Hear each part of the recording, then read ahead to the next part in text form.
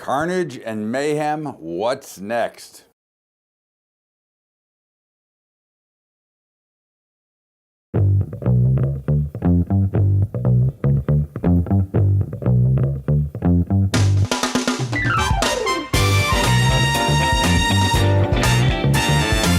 What's up, everybody? Welcome aboard. It's Bubba's Bottom Line, and great to be back after a week at sea.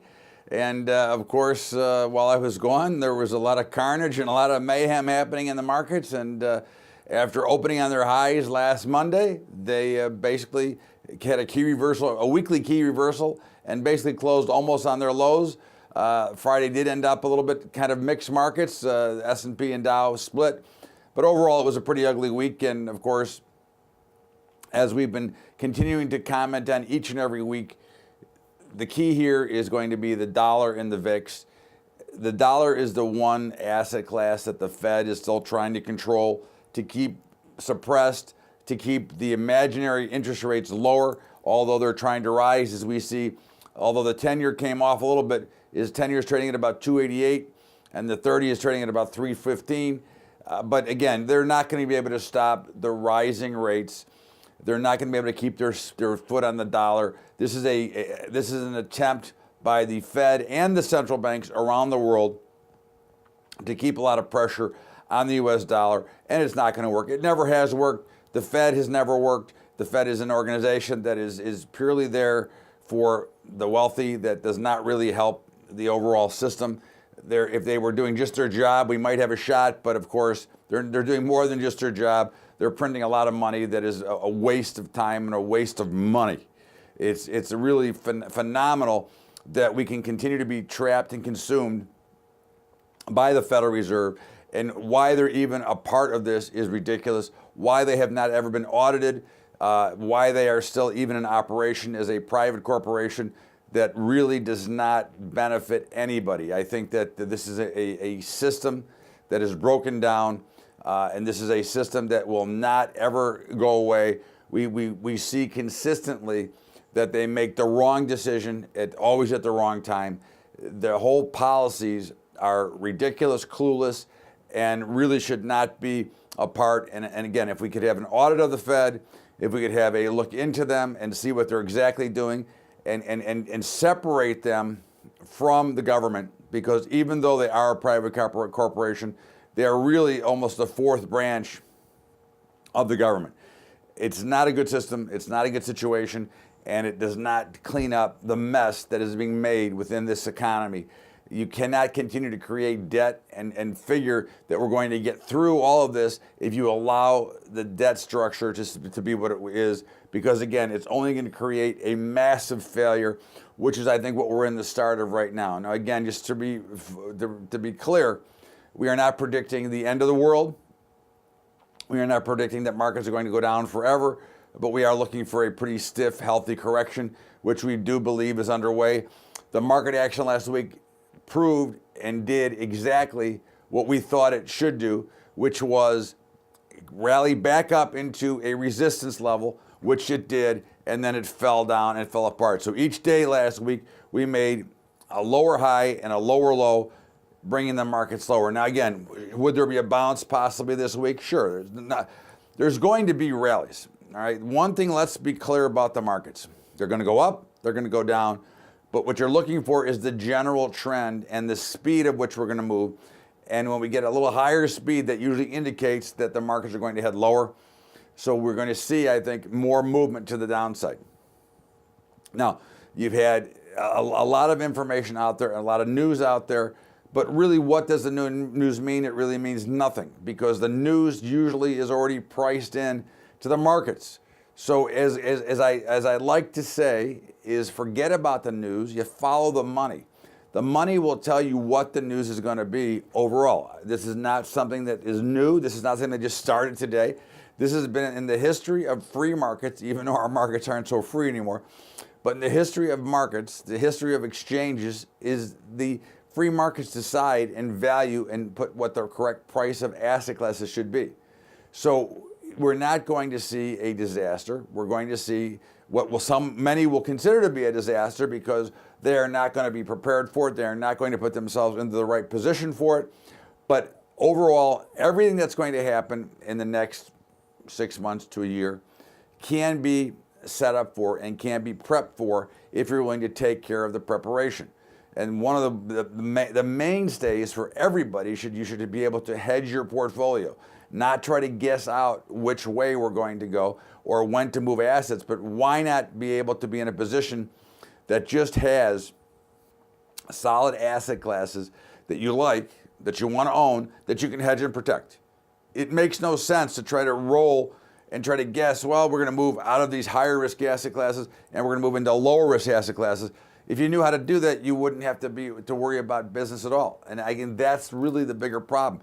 Instead of being hedged, and then you don't have to ever leave an asset class. That, I think, is the bigger problem that we need to see. But so if we go back to look at last week, we've got consumer confidence. All right, consumer confidence once again spiking to new highs.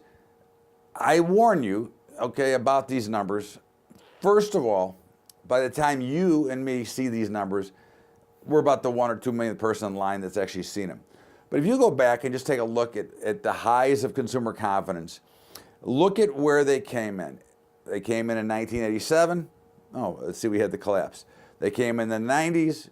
Oh, we had the collapse. They came in 2008. Oh, we had the collapse. And of course now. So consumer confidence, as much as the pundits would like to banter about how good they are and what those numbers actually mean, what they're telling you is that really they're not confidence numbers, they're overconfidence numbers. And you're seeing that play out on a daily basis because you've got record amounts of margin debt still being priced in. All right, we are in that cycle where we just made a lower high offer of a major move, which indicates that the market's at the top is in and the market's going lower. You can look at it any way you want. All right, and again, I'm not predicting, I'm telling you what the charts are saying. I'm telling you what the technical aspect of the markets go. Fundamentals don't mean anything when you're trading. All right, fundamentals don't mean anything when you're trying to buy or sell a stock. You want to get in or out based on a technical reason that tells you that I should be getting in here or I should be getting out here. Fundamentals are only good to build a good list of things that you want to be involved with that you think that have a future. But why would you want to buy, for example, if you love Amazon, okay, and you think it's a great company, and maybe they are. I'm not saying they are or they aren't. I don't know yet. But if you believe that, then why buy them here when technically they're overbought? When technically they're going to see, I guarantee it, a 10 to 20 to 30 to 40% haircut at some point in the next year that you'll have a much better opportunity to buy into. So why chase it here when the technical levels don't give you the same action that you could get if you waited for a little bit longer? All right, and that goes with any stock. I mean, do you think you should be buying Apple at 180? I mean, again, you can, and I tell you that over time you will make money if you buy Apple at 180. But you want to buy it at 180 and take a 30% haircut and have to make a decision on whether or not you should get in or out later versus waiting for an opportunity when it gives you a good technical basis to get in. So again, you have to look at the fundamental versus the technical analysis to give you a better idea. And I'm just telling you that over time, using technicals into solid fundamental companies will give you a better opportunity. But to look at these consumer confidence numbers and get excited about it, that is already passed. Those numbers are old data. The market's pricing out 6 months forward. So don't think that it's going to change it. It does create a little bit of a spark immediately. But once again, we saw that, and we've seen this in history. Every single time we've had these major numbers, the markets typically go the opposite. Whether if confidence is way lower, the markets are getting ready to rally. Confidence is too high, complacency is too high, markets are getting ready to sell off. So I think that you have an issue here that we get mixed up with what's supposed to go on. Now, the big problem we've talked about a number of times is the debt problem. Right? There's a debt bomb coming out here. There is a reason to believe that there's many, many issues that are involved. Now, what is the debt bomb going to create? Well, the first thing is it's going to have to be paid back. Now, you have a Federal Reserve that doesn't have any idea about debt. In fact, last week, I think Powell kind of wondered why that the students, that the college debt or the student debt can't be dismissed or discharged in bankruptcy. Well, why should anything be able to be discharged in bankruptcy? If you're going to go through and put yourself in that position, then you should have to be good for the money. I mean, I could go to school, build up a big debt, get through with school, file bankruptcy, discharge all the debt, and then go get my big $100,000, $200,000, $300,000, $400,000 a year job. This is the cockeyed system in which we operate on, where nobody's really responsible for the debt that they put together. I mean, this goes back to the housing crisis, when banks built these massive amounts of debts, which caused the overall meltdown, and yet they're all discharged and they're back up and making more money than ever. That's an issue that again, this is the cockeyed way we look at everything, and I think that becomes the bigger problem.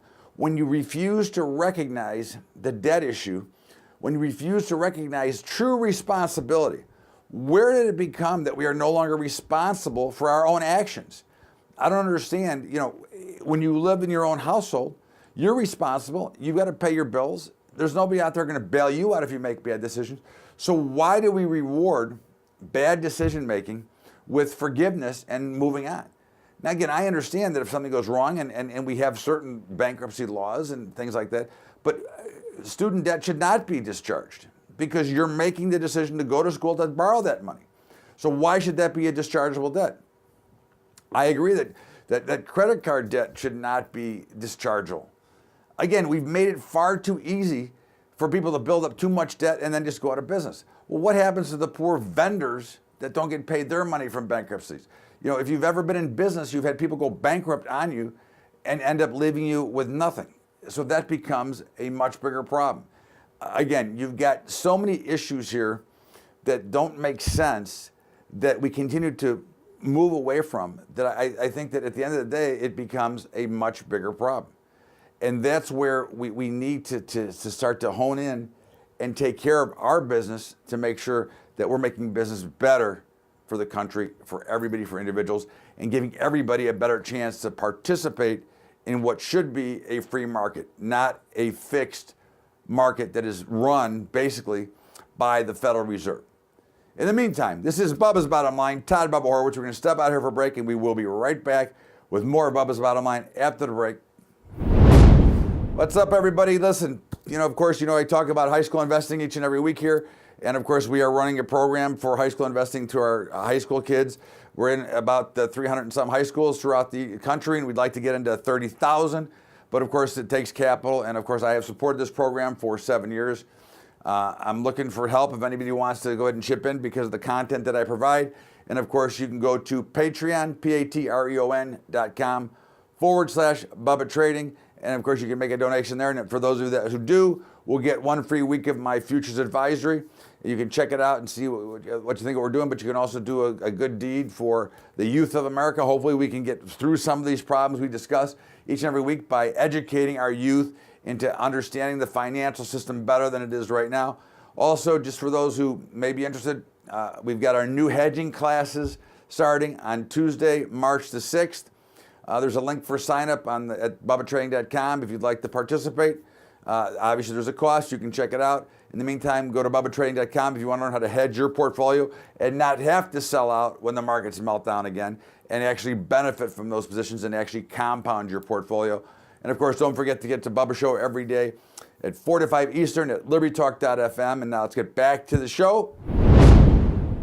And of course, welcome back to Bubba's Bottom Line. This is Todd Bubba Horwitz, and we've got a great week last week for the farm products. We've been on top of this here for months, saying that they basically could not get them lower. They kept trying to sell them. They kept trying to melt them down, but yet we kept saying, hey, they're a much better buy here than a sale. And because they can't melt them down, they're probably going to rally. And of course, what happened? Boom. We've had huge, the rally started a while ago, but we really had a big expansion last week with wheat getting over $5, soybeans getting into the 1070 level, and corn getting over 380. And of course, what does that mean? It just means that I believe that these are great products to own. I think they're going higher.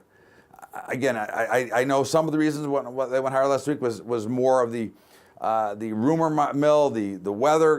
Again, for some reason, everybody believes they can become a weatherman and they can outsmart the markets, which they can't. But of course, you did have some of that built in. but you had great moves in markets, and they actually were able to maintain and sustain those moves. So I think that's something that we look forward to. And of course, I think right now you look in the grain space, every dip down, you should want to be a buyer. That's really what we're focusing on, is looking for dips to buy. I think we go, again, much higher. I think that this is the carpenter's song. We have only just begun. I think there's a lot more room to the upside. And finally, in the cattle markets, the fats and feeders finally reached our support targets where we want to get in. And now we're looking to get long that. So basically, the entire agricultural complex, grains and livestock, we're looking to be buyers. I think that you're going to see much higher prices going forward, and I think that is something now. So we've gone into a buy the dip mentality in here, and I'm wondering, is the buy the dip in the equity market still the play? Now, of course, this will be where the equity markets will end, is when we saw the big high and we just saw a lower high, and this is kind of how that big chart works out, and you're going to see that there'll be still some dip buyers trying to come in here, but I believe they're going to be wrong. I believe you're going to start to see that the overall picture is the correction is on its way. We're going lower. But now remember, as we go lower, you don't want to chase the markets down. You want to wait for the rally to a certain level before you want to get back in. Of course, we give those levels during the week at Bubba's Daily Update. But in the meantime, we want to wait. We don't want to really buy with fresh new money here. I don't think you're going to find yourself to be in great stead with the market. I think they look to be that they're going lower. And I think that there's a lot of issues out there. And, you know, you look at some of the things that are going on, and of course, right now we're looking like we're going to possibly get into a trade war. Now, I'm in favor of the potential trade war. I'm in favor of the tariffs.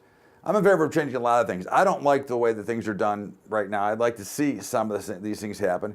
I think that it's actually better because of what goes on and because of what we need to get done here. But you know, we've talked about this many, many times on air, and that's the revolution. So we had the Bitcoin or the cryptocurrency revolution, which I believe is part of a financial revolution. You're now getting some possible trade problems. Okay, now is a shooting war far behind? And again, you've got Putin talking about nukes. You've got North Korea. So there's certainly some tensions throughout the globe. And again, I don't know that there's going to be any shooting wars going on here anytime soon, because again, obviously the problem here is a war could be the end of civilization. So I don't know anybody that's in too much of a hurry to start jumping into doing that, but it certainly has to be a concern, because when you come back down to it, it's about the money, okay? And when we start to run out of money, when you're creating too many poor people, which you can tell me all the good stuff about the economy, but I'm reading about Disney employees that don't make money, that live like they're almost homeless, that are working. You see the jobs, the request for jobless claims is at, I think, record lows, but yet we don't have the big benefits here, and we're not seeing the big boom. You know, we're seeing a big boom where? Okay, you're seeing a big boom in the stock market. That is the only big boom, and that is the big money. When you look at what's going on, I think there's a lot of other problems that we continue to hide from. And I think that's another issue, that, you know, the economy and Wall Street, again, are not related. They are not from the same neighborhood. Okay. And as you look at the central bank and Federal Reserve interventions in all of these different areas, you know, if we look at the dollar, again, we talked about this on the top of the show, but the dollar being manipulated or being artificially suppressed because they want to keep interest rates low. Just so you understand the dynamics of how that works, is if you're borrowing, because lending is global, then the markets themselves, if I'm borrowing from the Eurozone, I'm getting about a 25% discount, so the rates can rise a little bit. But if the dollar rises, then all of a sudden that rate really multiplies out. And of course, we have seen from history that the Fed will make the wrong decision. You know, if they had done their job correctly all the way through, we would have already 4 or 5% interest rates, and it wouldn't be such a shock to the system. Yeah, maybe the equities wouldn't have gone up 200% or 300%, but what's the big deal? The equities are supposed to be for long term anyways, and again, it does not change one of the things going on. But what we are seeing now is a lot of asset accumulation by fewer companies. Okay, you know, we talk about earnings. Now everybody's bragging about what a great earnings quarter we just came out of. Now again, I'm not saying it wasn't good. The numbers were fine. But you're basing those numbers on artificial numbers. You're basing it on interest rates that are basically at zero. Well, interest rates are already going up. So what do you think that's going to do to the next quarter's earnings? Okay, they're not going to be good because the numbers don't lie. And if I'm borrowing money to show great numbers, and the interest, my cost of borrowing has gone up, which that's what's happening, it's going to change the dynamics of what my earnings streams look like. So you take the combination of the manipulation or suppression of the dollar, you take higher interest rates, and the dollar is going to start to rise, and interest rates are going to start to rise, even if they don't move the number because of the dollar, they're going to rise, and that's going to create some havoc in some of these companies. Let's not forget that a couple of years ago, some of these companies like Caterpillar, they were whining because the dollar was too high, and of course it was bad for exports. Now, I don't believe that's as much the case anymore. I don't know that the relationship between the dollar and everything else is as solid as it once was, because everybody knows that it's just a manipulated product. It's not like it really means anything. And this is when you give governments, or in this case the Fed, too much control to play with these dollars and manipulate them. I think that it's a big thing. And I think one of the things that we look at as well here is, we'll call it an ominous sign that in the U.S. economy, that there's a lot less spending on drugs, booze, and hookers.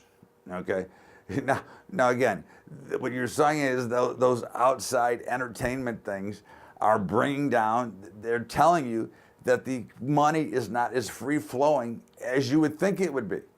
Okay, the overall intake of capital, of cash into people's pockets, and the outlay, they're either saying, hey, I'm not taking the chance anymore, or I don't have it.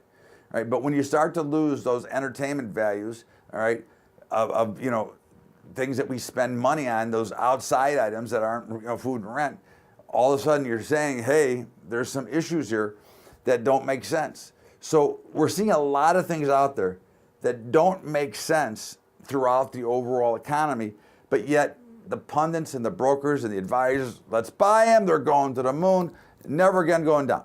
Okay, but all these little warning signs that continue to tick, but we choose to ignore them. All right, I can't tell you how important it is that you actually focus in on what's going on, because what you see here is a problem mounting.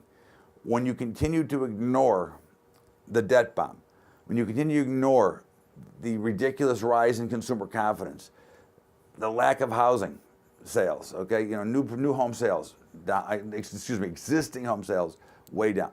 Okay, so when you start to ignore every one of these warning signs, that is when you set yourself up for the big meltdown. Now again, I firmly believe that the markets will have a 30 to 40% meltdown. Again, I firmly believe that they will make new highs at some point, but I do believe coming into now that we have ignored and forgot about every possible thing. You've seen crude oil in the sky for absolutely no reason.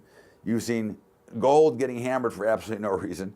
All right. So there's a lot of things that just don't make logical sense. And I think one of the things we always want to go back to is where the logic of the markets come in. And this is where I think we're missing out. And I think this is why I can say confidently that the correction has started, and they're in for a very deep correction. Now remember, within that correction, there will be vicious rallies. We're not going straight down. You got to watch where you try to get in. You got to make sure you're hedged, and you got to make sure that you put yourself in the best position to be successful. We're going to step out for a final break and come back with my opinion, which basically the whole show is my opinion, but we're going to come in with an actual opinion on something when we come back from the break. This is Bubba's Bottom Line. Todd Bubba Horwitz. We'll be right back with more. Remember, everybody, highschoolinvesting.com. If you want to help a brother out, if you want to help out the youth of America, you can make a contribution there, and that's at patreon.com/Bubba Trading. If you do so, you do get a free week of my futures advisory service. You get to check it out, see what we're looking at, seeing how we do it. And also don't forget to get the Bubba Show every day at 4 to 5 Eastern Time at libertytalk.fm, and our new hedging class starts on Tuesday, 6 Eastern time. That's Tuesday, March 6th. You want to learn how to hedge your portfolio, never sell a stock again? I'm your guy. Come and see us on Tuesday. In the meantime, let's get back to the show. Welcome back to Bubba's Bottom Line. Todd Bubba Horwitz with you. And, I tell you, fortunately, I get to use my bitching powers at certain times. And, you may or may not know I was on a cruise last week, and I wanted to change my airline fee, and I had first class tickets to come back from Fort Lauderdale. And because of the way that American Airlines changed our flight a couple of months ago, we lost our early return, and the flight was going to be much later, which we didn't want to do. We wanted to come back earlier. So I called up and I said, okay, I want to switch to Miami, and I want to come back on the 9 o'clock flight in the morning or whatever it was. And I did, and I'll give up my first class tickets for coach tickets because they're going to whack me. Now, mind you, I could have bought the ticket right on the computer without talking to anybody for $145 and let my first class ticket expire and then get some credit back. But I figured I'd try to get it done, make sure I can confirm everything. So I call up and I go through this whole rigmarole. There's 4 of us. I make the change. I get it done, and they're going to email me the confirmation. Everything's great, no problem, no cost. In fact, I got back a voucher for a little bit extra back. So in the meantime, we get the email confirmation, and they put the wrong date down. Now, I had 4 people witness that I said the right date, and I did everything correctly, and yet they send the email with the wrong date. All right, it's the day before. Well, I'm still at sea, so I couldn't use the flight anyways. So I immediately catch it, and I call back up, and I say the whole story, what happened, where it is, and they go, well, too bad. And I go, wait a second, it was your fault. So my question here is, where has the true customer service gone? And when are we getting away from all this automation and all this BS where somebody can actually make a decision? So here they are, they made the mistake, they're blaming it on me. So I said, okay, I'll tell you what, give me back my first class tickets before I changed, it was 10 minutes ago, all right, and I'll go back on the flight that I was on. All right. No, you can't do that, you already made the change. I said, I didn't make the change. You made them a change, you made the mistake on the change, and now you want to penalize me. Well, if you want to go to those flights on the right day, it's going to cost you $200 more a ticket. I said, but I can buy the ticket for $145 online right now. And they go, well, that's basically too bad. And of course, it escalated, and if you've ever seen me in real action, I can be rather aggressive. And of course, I had to escalate up to, I don't know, maybe I got to the chairman of the board. I don't know who I got to, but finally, somebody said, okay, they worked it out for me. But it wasn't without an hour of arguing. Okay, well, I'm on my vacation through all these different people that nobody could make a decision on a mistake that they made. So we wonder, why are we having some troubles in this country? Because of all of this automation, we have no more personal touch to anything. And I think, to me, that's the crime of the world, is that we've lost the personal touch of business. And again, does it matter today? No, it doesn't matter. My one little airline ticket, does it matter? No. But I think this is the problem that we've now come into. We've lost the ability to serve people. We've lost how to service people. We're more interested in automation and not getting things done right. And of course, it's like insurance companies. They continue to say, you know the old story, deny, deny, deny, until you get far enough, because most people just give up. Well, I wasn't going to give up because I had to get home. But it's extremely frustrating when somebody else makes a mistake, they blame it on you, and they want to charge you for your mistake, for their mistake. And I just don't understand how we can continue to be in business under these situations. To me, it makes absolutely no sense that we can continue to have this when really they're making so much money. Can't we get a little bit more customer service? Can't we get a little bit better of an understanding? Do they have to be such pains and really stick it to you on every possible turn? To me, that makes no sense to how they run their business. Again, they're successful. I can't take that away from them, although they have gone bankrupt a number of times over the years. But I just don't understand where we're headed with all of this technology. I don't understand where we're headed with all this lack of customer service. And when people want to actually talk to a real human being to get a real decision without having to go through a major hassle with everybody, makes no sense. In the meantime, This is not just American, this is all of them, which is really a bigger pain in the butt than you can imagine. But hopefully, someday we can rectify that, because it really is a major problem. And for many, they wouldn't know how to fight through all of this, so they'd get screwed paying the extra money. And again, I'm a big advocate for the underdog, and it pisses me off. But what doesn't piss me off is I get a chance to share with you Bubba's Bottom Line each and every week. And certainly I appreciate you being here. And that will do it for today's Bubba's Bottom Line. Everybody have a great week. We'll see you on Bubba's Daily Update every day. And in the meantime, look for the markets to sell the rallies. We'll see you next week right here on Bubba's Bottom Line. Have a great week, everybody. Thank you so much. We'll see you later.